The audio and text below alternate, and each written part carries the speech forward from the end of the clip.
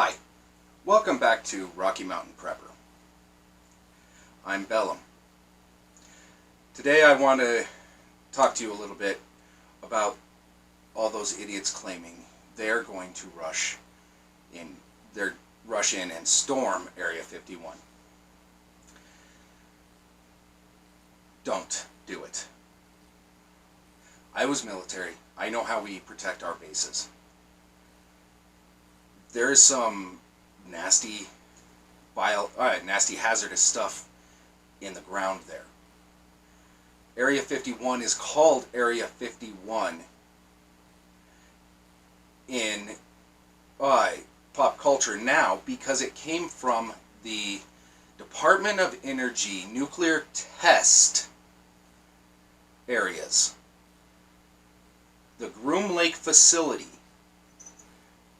known as Area 51, sits on Department of Energy maps as Area 51 and 52.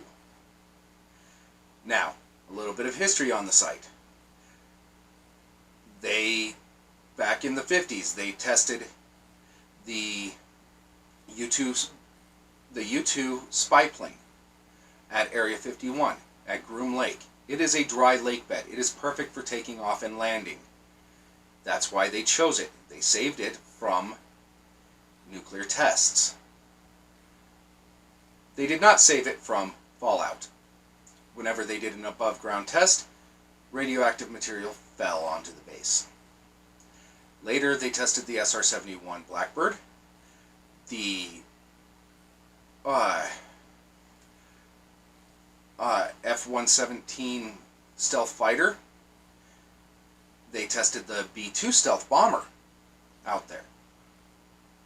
It is a test range. They test aircraft. They also test weapon systems. They have been bombing the crap out of that site for a long time. If you think you're going to run from the first signs all the way in to the base, you're going to be running well over a mile in close to 100-degree heat. They won't have to shoot you. You'll pass out from dehydration and they can just pick you up and handcuff you to a hospital bed in the nearest town. Now, if enough people are running at them, they will use deadly force. So my advice, if you are stupid enough to rush at Area 51, my advice to you is to buy a body bag beforehand. Save me and other taxpayers the expense of a body bag. You're going to die. If you get into the base and start causing problems because you're trying to find and free the aliens, you will be shot to death.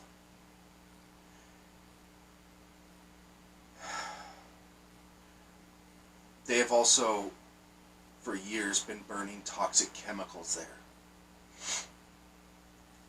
There have been reports of people getting cancer and getting sick because of the radiation and the toxic chemicals in the land. There are reports that were to Congress that they have, every so often, they have to do a Black Flag Day where everyone has to leave the base to let the radiation subside and dissipate. Everyone who goes on that base is required to wear a dosimeter, or dosimeter, however you want to pronounce it. It's a little badge that tells you when you're reaching a point in your absorption of radiation that you will die.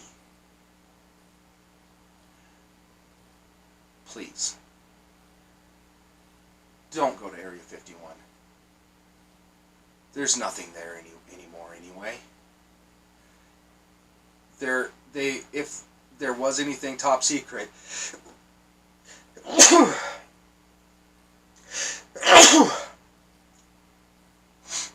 excuse me, if there was anything top secret, it has been moved. There are other secret bases. If there's anything that was in Area 51, it's been moved. I don't know where. When I was in the military, I was not privileged to have that information. Please, don't go. It's not safe. Running through the desert like that alone is dangerous. If you want to have that kind of that little bit of a thrill, okay, go to the Mojave Desert. Go to the Baja vehicle training test range area where they do the Baja race and run in there. If you want the thrill of running through the desert like you're getting shot at, I don't know, Mexico? Don't go to Area 51. If they do let you out alive with just a ticket, there's a very good chance that by the time you have started bragging about it, you'll have cancer growing in you. Anyone who survives going to Area 51 for this rushing it, or whatever you want to call it, all of you will end up with cancer if you survive. That's if you don't die from the toxic chemicals that have been burned for decades. Yeah, it's a black site. So the government can do what they need, whatever they want to do. It's not a good position to be in, to go there. Personally, the only way I would go to Area 51 is with an official invitation, and then I would be sticking to my tour guide, the liaison officer assigned to me, like I'm glued to him. I wouldn't do anything disrespectful. If I got permission to go and have a tour of the facility, I would not even leave the sight of the security guards assigned to watch me. Because I do know that there are top secret weapons being tested there. I don't know what they are. I don't know any detail because I am now a civilian. My security clearance is not high enough to know these things. And if it was high enough, guess what? I don't need to know. So one final thought, please don't go to Area 51.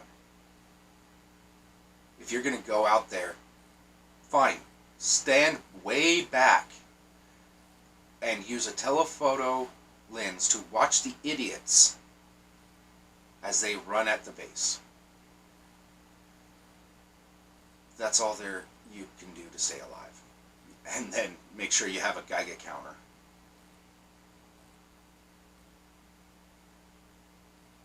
Don't rush the base, please.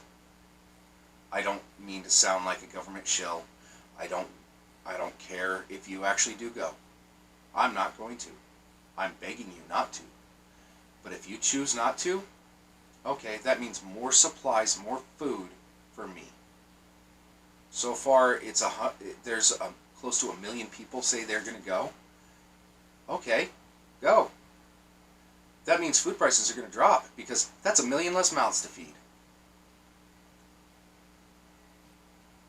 And I will be one of the first to say that the government did well in killing those people because they were breaking the law. They were acting threateningly towards the security.